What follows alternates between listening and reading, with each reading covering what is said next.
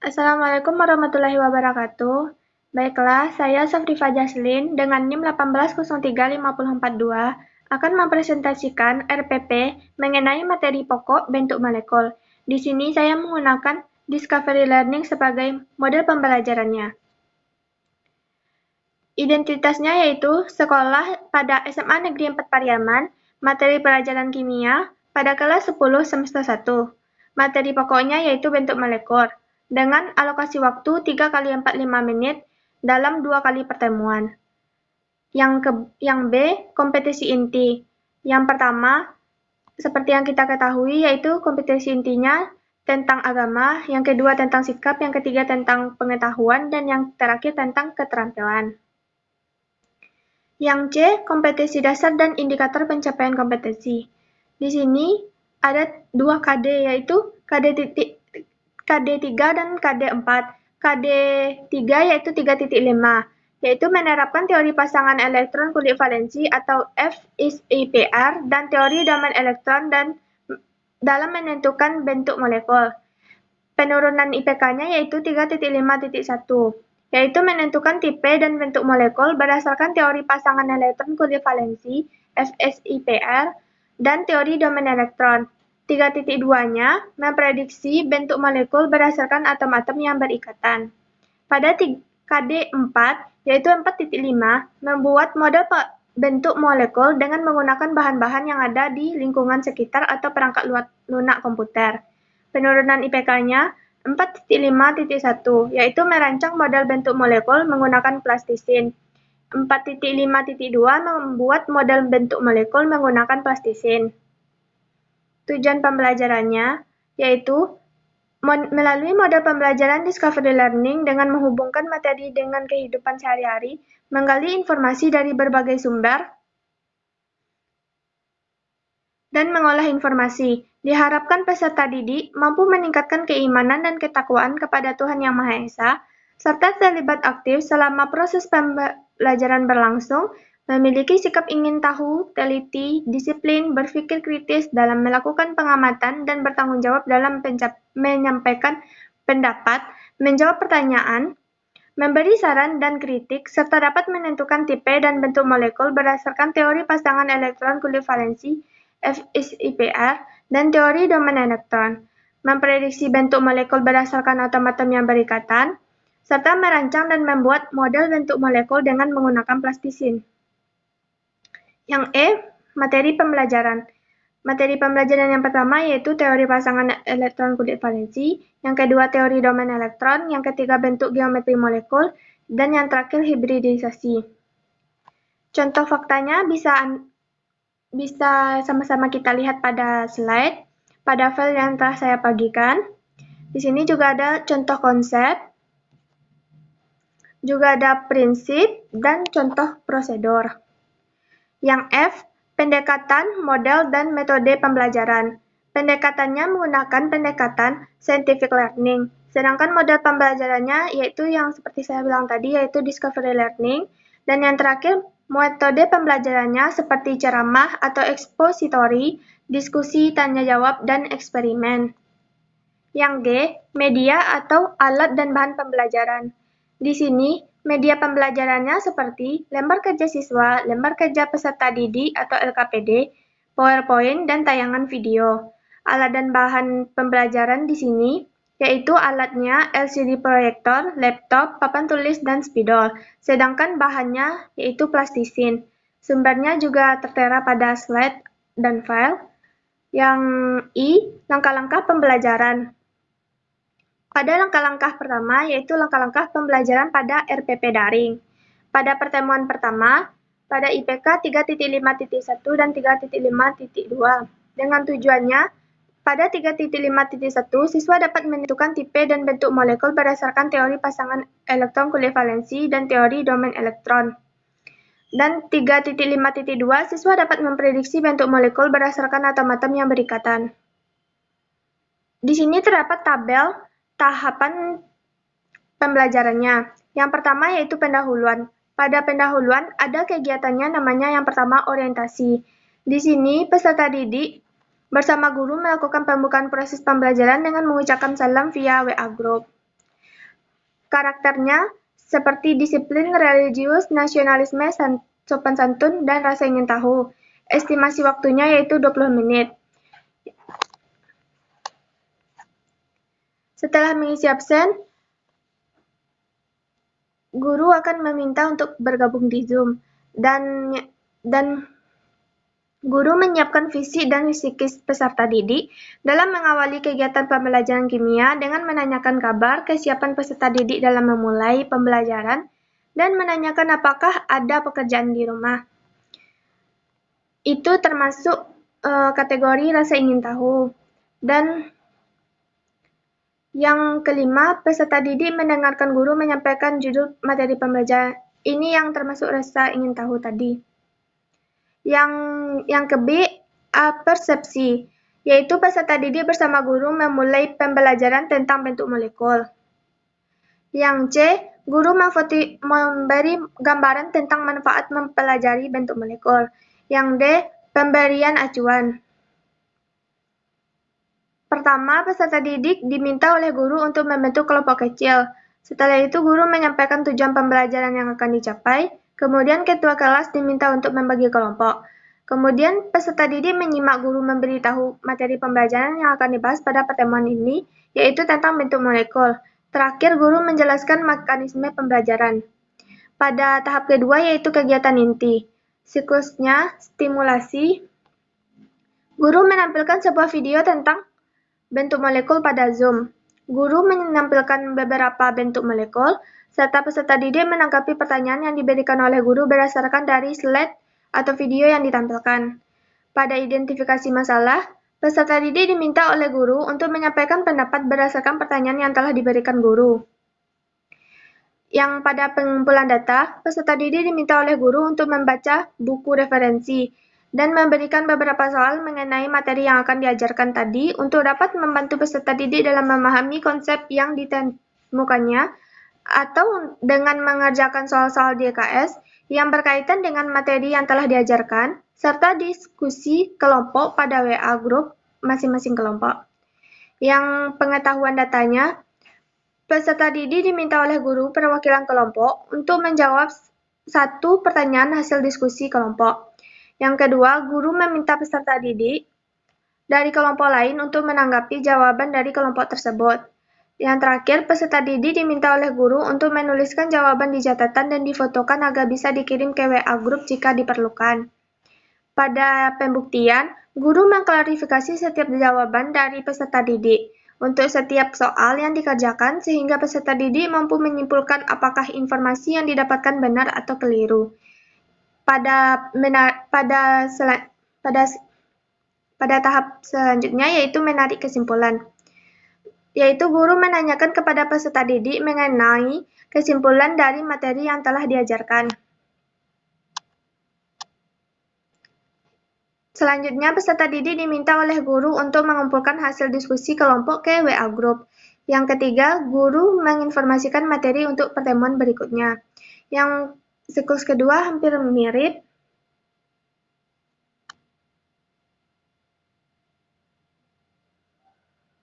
Bedanya, siklus kedua dijelaskan mengenai penambahan skor untuk yang tampil. Pada tahap ketiga atau tahap terakhirnya yaitu penutup. Peserta didik diminta oleh guru untuk mengumpulkan hasil diskusi kelompok ke WA Group. Yang kedua, peserta didik diberikan evaluasi dan penugasan. Yang ketiga, peserta didik mendengarkan guru menginformasikan materi untuk pertemuan selanjutnya.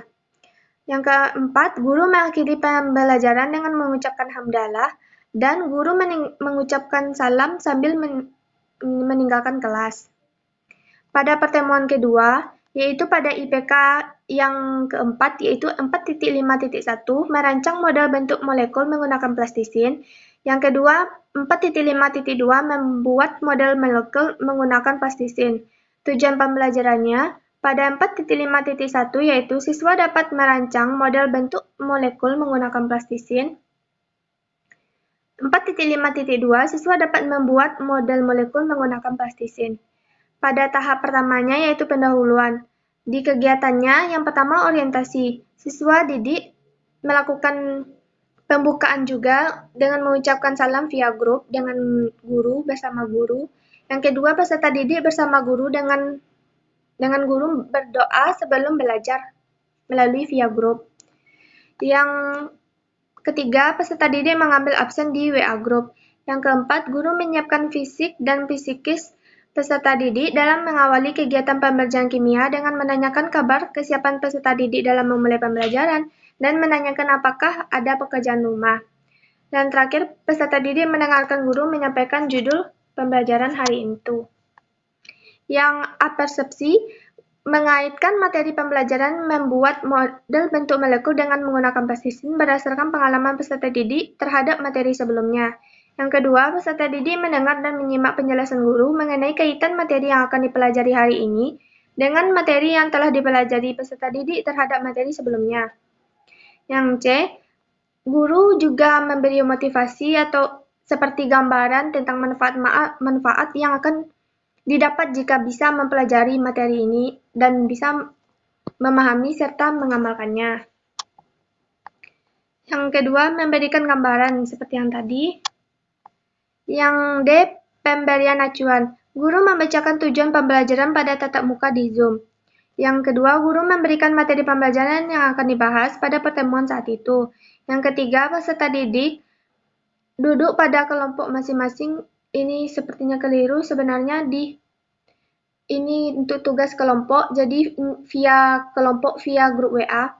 Yang keempat, mengirim LKPD yang akan dikerjakan oleh kelompok belajar kecil tersebut ke WA Group. Yang kelima, menjelaskan mekanisme pelaksanaan proses belajar sesuai dengan langkah-langkah pembelajaran.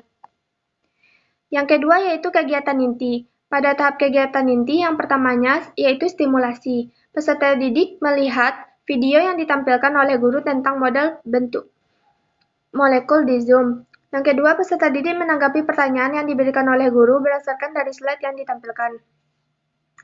Pada identifikasi masalah, peserta didik diminta oleh guru untuk menyampaikan pendapatnya berdasarkan pertanyaan yang telah diberikan guru.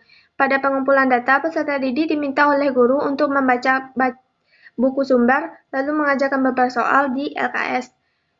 Pada pengolahan data, peserta didik diminta oleh guru perwakilan kelompoknya untuk berdiskusi juga via grup WA, lalu guru meminta peserta didik untuk menanggapi, lalu guru meminta agar menulis catatan untuk difoto untuk dikirim ke WA Group. Yang pembuktian, guru mengklarifikasi setiap jawaban seperti yang pertemuan awal tadi, lalu menyimpulkan apakah benar atau keliru. Yang selanjutnya yaitu menarik kesimpulan. Guru menanyakan kepada peserta didik mengenai kesimpulan dari materi yang telah diajarkan. Yang kedua, peserta didik diminta oleh guru untuk mengumpulkan hasil diskusi kelompok. Yang ketiga, guru menginformasikan materi untuk pertemuan berikutnya. Yang terakhir tahapnya yaitu penutup. Pertama, peserta didik diminta oleh guru untuk mengumpulkan hasil diskusi kelompok.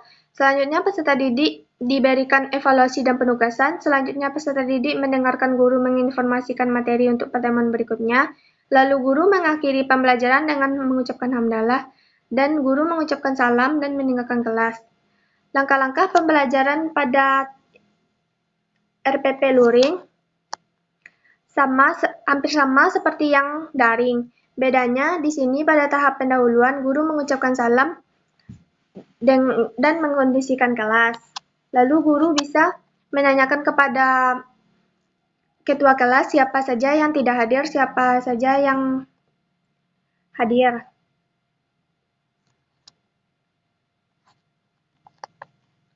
Saya kira di situ terdapat perbedaannya jika saat diskusi di luring bisa menggunakan kelompok-kelompok kecil, kalau di daring bisa menggunakan grup WA yang kecil.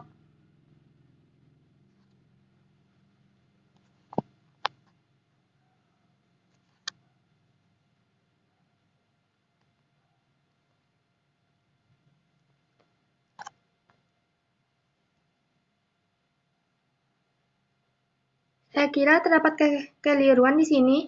Saya membuat juga yang di bagian penutupnya, yaitu guru mengucapkan salam dan meninggalkan kelas itu mungkin maksudnya yang di daring saya buat untuk meninggalkan kelas via Zoom atau via WA ya Ibu dan teman-teman, maaf. Dan yang J yaitu penilaian. Pada 1 yaitu teknik penilaian. A. Penilaian sikap, yaitu observasi atau pengamatan atau jurnal.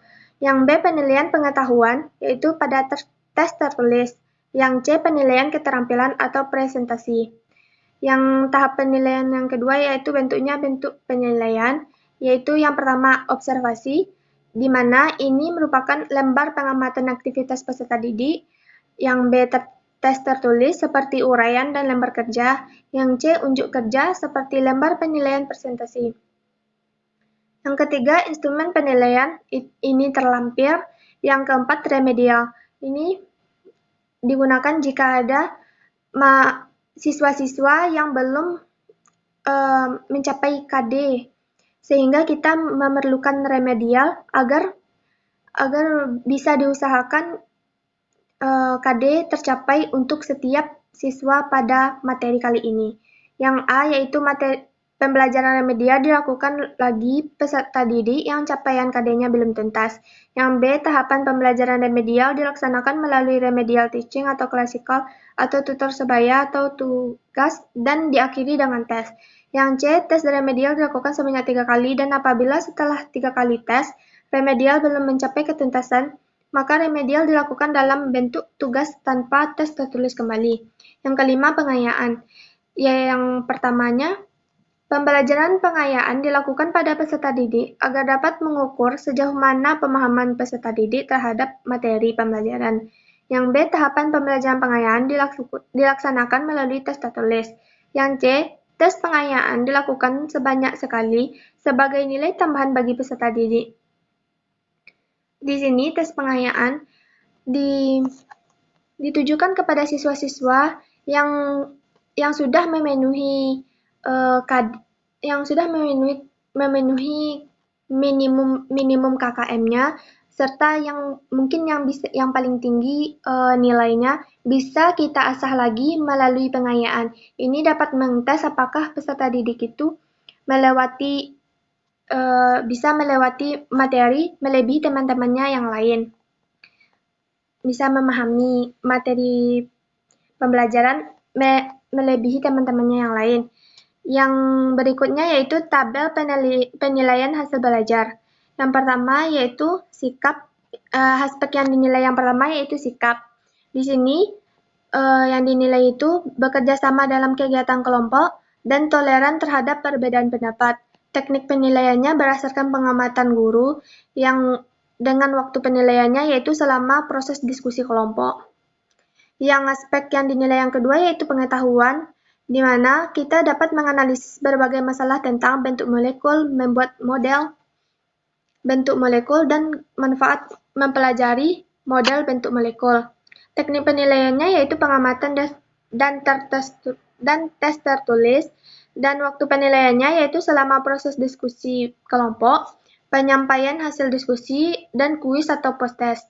Yang aspek yang dinilai yang terakhir yaitu keterampilan, di mana proses ini pada saat presentasi hasil diskusi.